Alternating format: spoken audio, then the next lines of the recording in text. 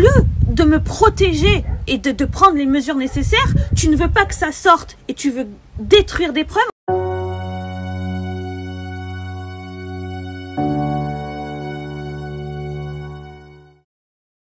Coucou tout le monde, déjà merci pour les questions, mais c'est vrai qu'aujourd'hui je vais en répondre qu'à une, dû à tout ce qui se passe.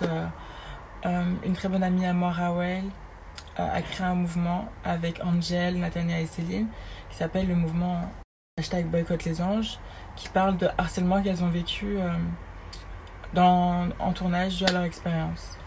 Du coup, de ce fait, je me tiens d'expliquer ce que j'ai vécu et mon histoire. Alors, j'ai pas vécu le harcèlement, rien de tout ça, je préfère le dire. Néanmoins, je soutiens fortement mon amie, pas parce que c'est mon amie, mais parce qu'elle a raison d'en parler. Il est vrai que dans toutes mes interviews, jamais je parle de mon expérience, de mon tournage, qui est les Vacances des Anges 2. J'ai toujours eu maître mot de parler que de moi et jamais de ce que j'ai vécu. Mais maintenant, j'ai envie d'en parler. Alors, les Vacances des Anges 2, comment je l'ai vécu? Je vais pas vous mentir, ok, je le dis pour la première fois, je l'ai très très mal vécu. Ça a du mal à sortir, ok. Sana, calme-toi, tu parles, ok. Ok, je suis contente d'avoir fait les Vacances des Anges 2 parce que j'ai parlé de mon histoire. Du coup, j'ai pu un peu acclimater la société à ce niveau-là via le biais d'une télé-réalité. Donc, je suis contente pour ça. Je suis aussi contente pour la rentrée d'argent que ça m'a... Rentrée d'argent, pour l'argent, ok. Je suis contente aussi pour ça, je vais pas vous mentir, ça m'a beaucoup aidé. Maintenant, il est vrai que je n'ai jamais vu autant d'inhumanité qu'en tournage. C'est-à-dire que j'ai connu la dépression pour la première fois à 23 ans, quand je suis rentrée au tournage, parce que j'avais accumulé, endossé tout ce qui s'était passé là-bas, et c'est vrai que c'était compliqué pour moi, sachant que je n'avais même pas vécu de harcèlement. C'est-à-dire que limite, j'ai été amenée à faire de la réalité... J'ai été pistonnée grâce à un ami haut placé qui travaillait à la chaîne. Du coup, j'ai pas fait le casting, j'ai rien fait. De base, je voulais même pas faire la télé, mais tout ça, c'est dans une interview, ça me dira, regardez. Je vais pas parler de ça là aujourd'hui, je vais parler de mon expérience. Du coup, j'ai été amenée comme ça. Donc vraiment, j'ai été favorisée. Dû aussi à mon histoire. J'étais vraiment protégée par la production, je vais pas vous mentir sur ça. Dû à mon ami. Maintenant, il est vrai que j'ai pas subi le harcèlement parce que les candidats avaient peur.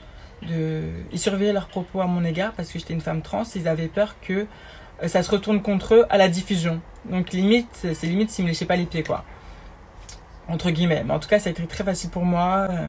Donc c'est pour ça que j'étais intégrée, d'accord. C'est parce qu'ils n'ont pas eu le choix que de m'intégrer, parce qu'ils faisaient attention à leur image, pour être clair.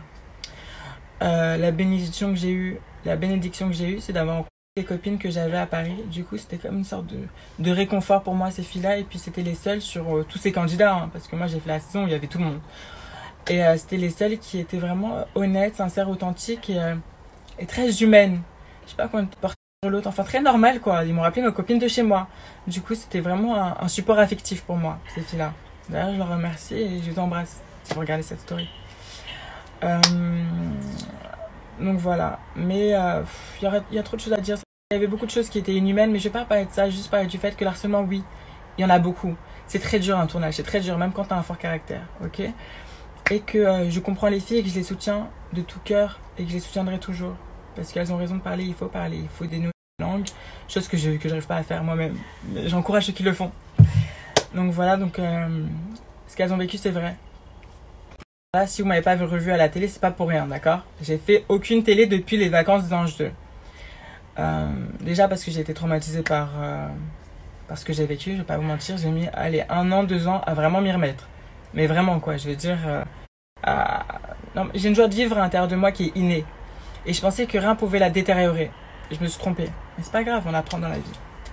Maintenant, vous m'avez pas revu dans d'autres émissions, c'est parce que j'ai pas voulu en faire. Et c'est pas pour rien, c'est parce que c'est malsain. Il y a tellement de choses à dire au niveau de la prod. C'est pour ça que j'encourage le live des filles qui expliquent tout. Et si vraiment vous voulez vraiment tout savoir sur l'envers du décor, allez voir le live de Rawel Saidi, d'Angel Salantino, Céline et Nathania, parce qu'il explique vraiment tout. Et c'est vrai qu'avant de faire un tournage, si on n'a pas participé à un tournage, on ne peut pas se rendre compte de la pression psychologique que chaque candidat a droit, et plus particulièrement certains. soit tu décides d'avancer avec la meute et tout se passe bien. Et c'est ce que j'ai fait, hein, je le reconnais dans mon premier tournage. C'était mon premier tournage et j'ai pas eu la force de... Je voulais juste que ça soit tranquille pour moi. Du coup, ça l'a été. Mais c'est vrai que tu as le choix de suivre ou de te révolter. Et c'est pour ça que j'ai été amie avec c'est pour ça que je suis amie avec Rawel, Rania et mes copines, c'est parce qu'elles ont ça en elles. Elles défendent les opprimés, elles sont justes, elles sont gentilles. Et c'est pour ça que je les aime et que je vous aime de tout cœur, les filles. En revenir aux filles, ce qu'elles disent est juste et vrai. Il y a de la manipulation et c'est dur. Maintenant, pour revenir à ma copine Rawel, qui est vraiment une de mes amies très très proches, j'ai été avec elle avant le tournage des vacances de cette année. J'étais avec elle pendant, c'est-à-dire au téléphone, tout le temps on s'appelait. Et j'étais avec elle après. C'est-à-dire que déjà, avant qu'elle parte dans les vacances d'âge, j'habitais en colocation avec elle depuis déjà 3 mois. Donc je savais tout le backstage. Je savais en plus de mon expérience et en plus de ce qu'elle m'avait dit. Et ça m'avait réconforté dans le choix que j'ai pris de ne plus jamais faire de télé. Et je fais plus de télé parce qu'on m'en a pas proposé. Je fais pas télé parce que je ne veux pas. Croyez-moi qu'une femme trans qui est prête à se montrer, ça fait parler, ils sont contents. Hein. Ma copine, c'est vrai que durant cette période où elle était déjà avant, je la trouvais en dépression. Je vais pas vous mentir, elle était très très triste. Elle avait perdu toute la joie dans son cœur et c'est vrai que ça m'avait rappelé ce que j'avais vécu après mon tournage. Et ça m'a fait beaucoup de peine et c'est pour ça que j'étais là pour elle, quitte à m'oublier, mais c'est pas grave, parce que je me suis retrouvée dans tous les cas, quand je suis avec mes amis qui sentent pas bien, je leur donne tout mon être, tout, et je me dois, quand ma présence, ils doivent être heureux, bien, se sentir bien, enfin, c'est ma philosophie de vie. Donc c'est vrai que Rawel, quand je l'ai vue, elle était éteinte, la meurtrie, vraiment, je l'ai trouvée triste, et ça m'a fait de la peine, donc c'est pour ça que je suis contente qu'elle parle de tout ça. Parce qu'elle en a beaucoup bavé. On va dire que dans cette saison, avec Rawel, vous avez que les prémices de son comportement. Mais elle est en craquage. Parce que Rawel, il faut savoir qu'elle déteste l'injustice. Il faut savoir qu'on est comme des rats de laboratoire. Et on est comme ça et on se joue de nous. Maintenant, il y a ceux qui sont contents. Joue-toi de moi, je suis content. Il y en a qui sont en mode non, te joue pas de moi, je suis pas content. Et quand je te dis se joue, c'est la production. Et c'est la production que... Je veux qu'on parle de la production. Que c'est pas bien et qu'il faut faire quelque chose. Pour que tout ça soit sain, tout ce qui se passe, ce mouvement-là, je veux dire qu'on se recentre sur le centre, qui est l'harcèlement autorisé par la production. Parce que c'est la production qui autorise ça et c'est la production qui gonfle des candidats à agir comme ça. Et leur réaction par rapport à ce mouvement-là en témoigne. C'est-à-dire qu'au lieu de s'excuser et de reconnaître leur tort, parce que les anges maintenant, ça existe depuis maintenant 13 saisons, 14 saisons, je sais plus. Il y a des vidéos de partout, vous pouvez voir des candidats se faire harceler dans leur situation de partout. Vous avez qu'à aller sur internet, vous allez voir ça de partout, ça existe depuis longtemps. Maintenant, là on voit à quel point ils sont vraiment pas gentils, limite démoniaques. C'est qu'au lieu de s'excuser et de reconnaître leur tort, ils préfèrent contre-attaquer et t'intimider. Et oui, ils intimident les... Ils appellent la police, ils débarquent chez toi, ils font des trucs de malade. Je peux même pas vous raconter, il y a trop de choses à raconter. Il y a beaucoup trop de choses à raconter et ça dépasse tout entendement. Et je suis pas prête à tout dire tout de suite. Je peux dire que ce que je peux dire et prenez que ce que vous pouvez prendre. Merci. Bon, concernant l'acharnement que j'ai subi dans les anges, c'est vrai que je vous ai pas tout raconté. Il y a eu des trucs qui sont allés très très loin. Dans les vacances des anges notamment, c'est allé super loin. Moi, pour la comparaison, quand j'étais par exemple dans les Marseillais, je me suis jamais sentie en danger. Franchement, c'est carré, on se sent vraiment protégé. Même quand il y a des clashs, ils savent arrêter quand il faut, tout ça. Mais dans les anges, ça va très loin et on n'est pas protégé. En tout cas, pour ma part, c'est ce que j'ai ressenti. Donc, par exemple, dans les vacances des anges, j'ai reçu des menaces de mort de plusieurs candidats.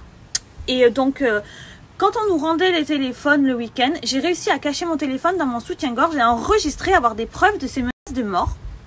Et vous allez jamais croire ce qu'ils m'ont fait. Écoute bien. Quand on rend le téléphone, et en fait à un moment il y a un candidat, il me bouscule tout ça, il s'en prend à moi, il se rend compte que j'ai caché un truc, que j'ai des preuves de l'agression.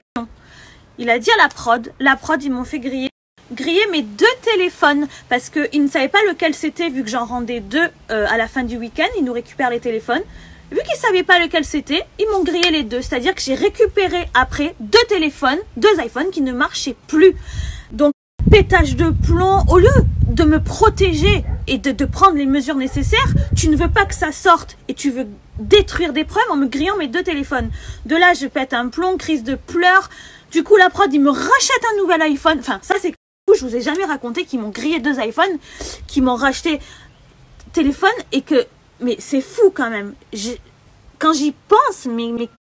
Et ça, c'est qu'une partie. Franchement, il y a eu d'autres trucs. C'est allé très loin, je rigole pas. Il y a eu des trucs super graves.